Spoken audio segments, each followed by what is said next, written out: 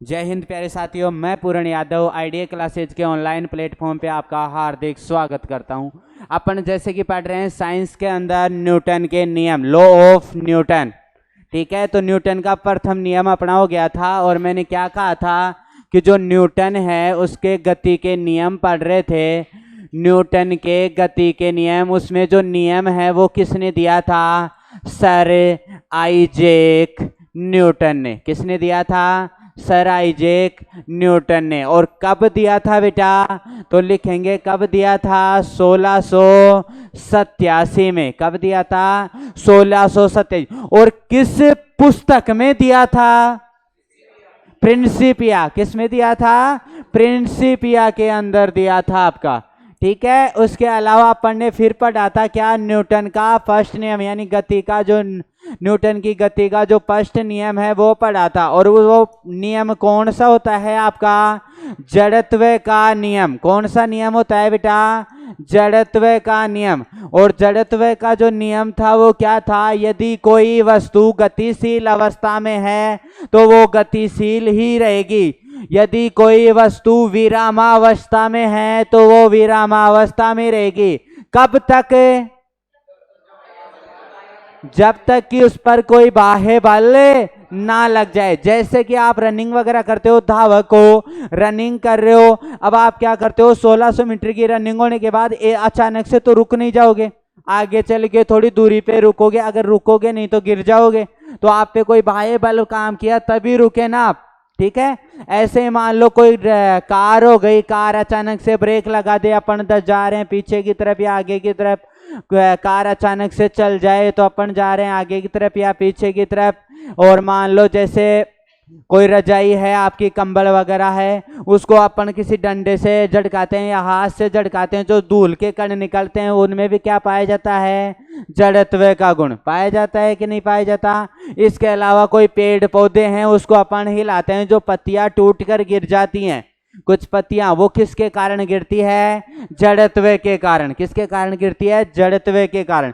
इसमें मैंने बताया था आप लोगों को 3 एग्जाम्पल। चौथा एग्जाम्पल लिखेंगे, चौथा एग्जाम्पल लिखेंगे जड़त्व के अंदर। देखो एग्जाम्पल करीबन सारे कर लो, 5-6 एग्जाम्पल है वो कर लो आप लोग। तो लिखो, जब कार एक घुमावदार सड़क पर मुड़ती है, जब कार एक घुमावदार सड़क पर मुड़ती है। देखते हैं, अपन कार के अंदर बैठे रहते हैं तो कार अचानक से ऐसे मुड़ेगी तो अपन क्या होंगे? उसके विपरीत दिशा में जाते हैं या नहीं जाते हैं? जाते हैं ना। तो लिखेंगे जब कार एक घुमावदार सड़क पर मुड़ती है तो उसमें बैठे यात्री, तो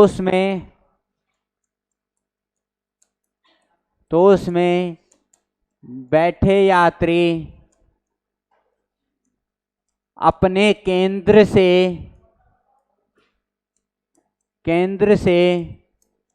विपरीत, अपने केंद्र से विपरीत दिशा में, अपने केंद्र से विपरीत दिशा में एक बल महसूस करते हैं।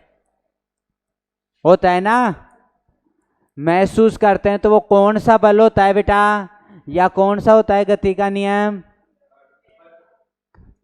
तो जड़त्व का नियम। ये जड़त्व के कारण ही अपन क्या करते हैं? उसके विपरीत दिशा में कोई फोर्स, जैसे कि अपने कोई धक्का सा लगा रहा हो। ठीक है, आगे चलो नेक्स्ट एग्जांपल। मान लो इस पे गिलास रखा हुआ है। क्या रखा हुआ है? गिलास। और मेरी एक अंगुली मामूली सी टच होके वो गिलास नीचे गिर गया, तो वो किसके कारण गिरा? मैं कौन हूं? बाह्य बल। उस गिलास पे कौन हूं मैं? बाह्य बल। और बाह्य बल लगा तभी वो नीचे गिरा है क्या? अदरवाइज नहीं गिरता। तो कौन सा नियम लग गया? जड़त्व का। तो लिखेंगे जब एक गिलास पर रखे कार्ड को या गिलास को, किसी को भी, है ना, जब एक गिलास पर रखे किसी कार्ड को उंगली के द्वारा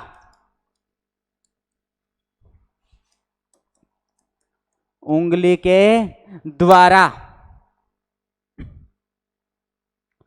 धक्का दिया जाता है।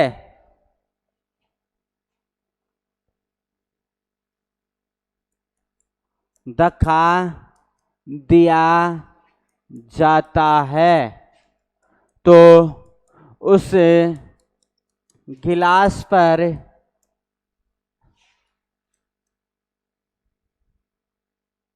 रखा कार्ड क्या हो जाता है बेटा? गिर जाता है। और किसके कारण गिर जाता है? जड़त्व के कारण गिर जाता है। यस कम इन। फर्स्ट नियम के क्या हो गए? सारे एग्जाम्पल हो गए। अब नोट लिख लेते हैं दो। मान लो जैसे अपन को पहले बताया गया था कि संगठन में क्या है? शक्ति है, कहा था ना। तो उसमें भी क्या होता है? जड़त्व का नियम होता है। जैसे मान लो बहुत सारी पुस्तकें रखी हुई है इस टेबल के अंदर, मेज के ऊपर, और मैं उनको धक्का लगा रहा हूं तो मुझे दिक्कत हो रही है ना। तो क्यों करना है? वो धक्का क्यों नहीं लग पा रहा? प्रॉपर जड़त्व के कारण, क्योंकि उनमें सब में क्या है? जड़त्व का गुण है। और धक्का, लकड़ियां होती हैं, जैसे मान लो मैं 10 लकड़ियां ले लूं और उनको मैं तोड़ू तो संगठन हो गया, उनको जड़त्व का गुण हो गया, तो वो टूटेंगी नहीं मेरे से, हिलेंगे भी नहीं, ठीक है। और मैं अगर एक ही लकड़ी को तोड़ूं तो वो टूट जाएगी, तो उसमें जड़त्व का नहीं। लेकिन ढेर हो जाए ना किसी चीज का, तो उसमें कौन सा गुण हो जाता है? जड़त्व का। तो नोट लगा करके लिखेंगे।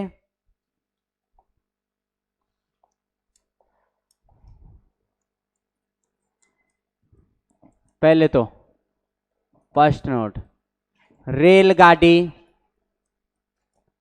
रेलगाड़ी वह, आया हुआ क्वेश्चन है ये फर्स्ट वाला नोट का, आया हुआ क्वेश्चन है फर्स्ट वाला नोट का, रेलवे के अंदर। रेलगाड़ी वह हवाई जहाज के मध्य, जहाज के मध्य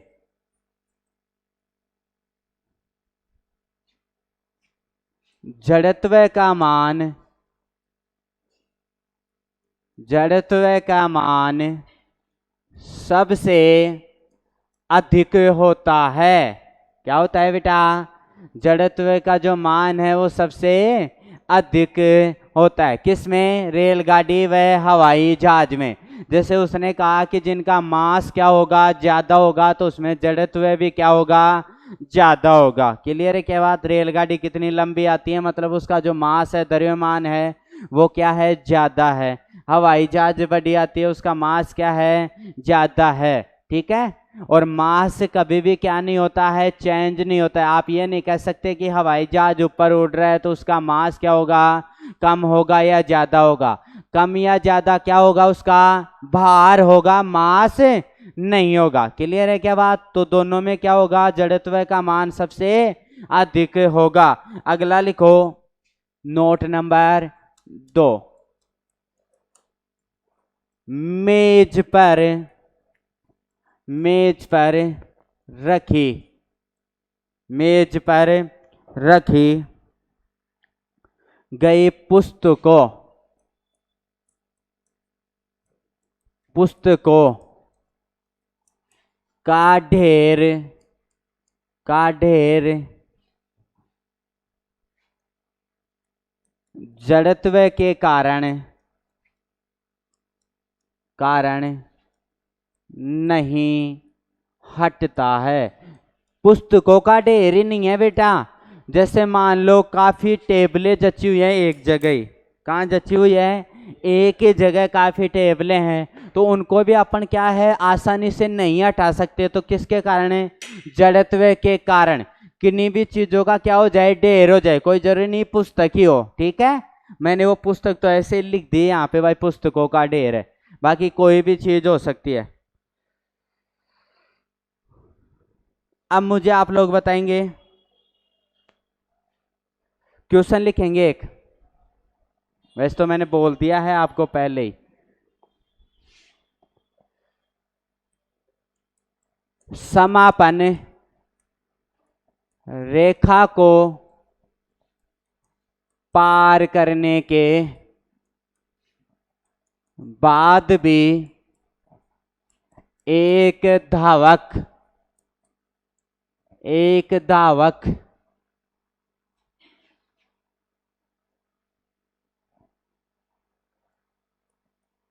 रुकता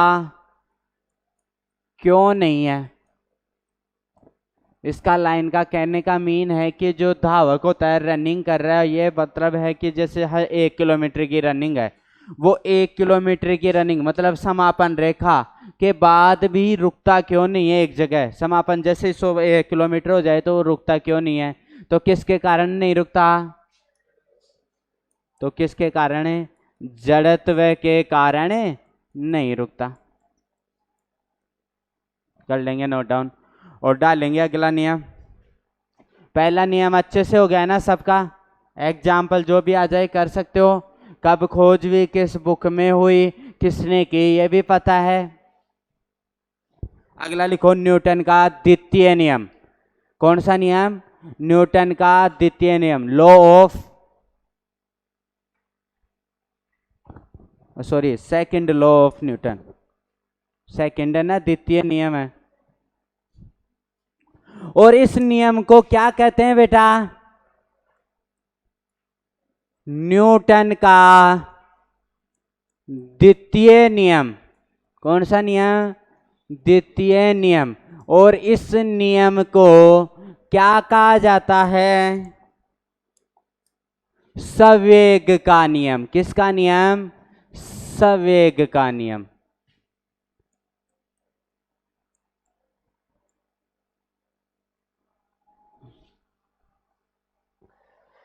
लिखो, किसी वस्तु के संवेग में, इसकी डेफिनेशन, किसी वस्तु के संवेग में परिवर्तन की दर, परिवर्तन की दर उस पर लगाए गए बल के, उस पर लगाए गए बल के क्या होगी बेटा, समानुपाती या व्युत्क्रमानुपाती। व्युत्क्रमानुपाती तब होता है तब कोई चीज बट्टे में आती है, और समानुपाती जब होता है जब कोई चीज क्या रहती है, बराबर में ही रहती है। तो यहाँ पे क्या होगा, बल के समानुपाती होगी। क्या होगी, समानुपाती। F बराबर ma, तो समानुपाती हुई। तथा जो संवेग है वो किधर लगेगा, परिवर्तन बल की दिशा में।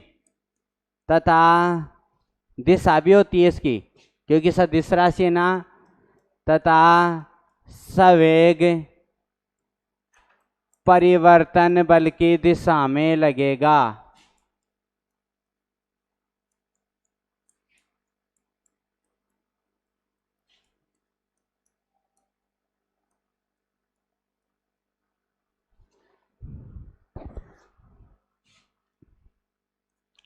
F बराबर ma, कल ही लिखाया था मैंने, द्रव्यमान के अंदर लिखाया था ना कि न्यूटन का द्वितीय नियम से मैं द्रव्यमान का मान फाइंड आउट कर सकता हूं। कैसे, F बराबर ma, बल बराबर द्रव्यमान गुणा त्वरण, ये कहा था। Force is equal to mass into acceleration. ठीक है, तो यहां से किया, ये आपका क्या है, फोर्स है, बल है, ये आपका क्या है, मास है, द्रव्यमान है, क्या है, द्रव्यमान, और ये आपका क्या है, एक्सीलरेशन है, त्वरण है। क्लियर है क्या बात यहाँ से। तो यहाँ से आप m की वैल्यू जब भी निकालो तो a मल्टीप्लाई में किस में चला जाएगा, डिवाइड में, तो द्रव्यमान बराबर F बटा a हो जाता है। लेकिन अपने को तो अभी न्यूटन का द्वितीय नियम पढ़ रहे हैं तो यही चाहिए अपने को, F बराबर ma। ये न्यूटन का जो द्वितीय नियम होता है ये किस लिए लगाया जाता है, क्यों यूज हो रहा है।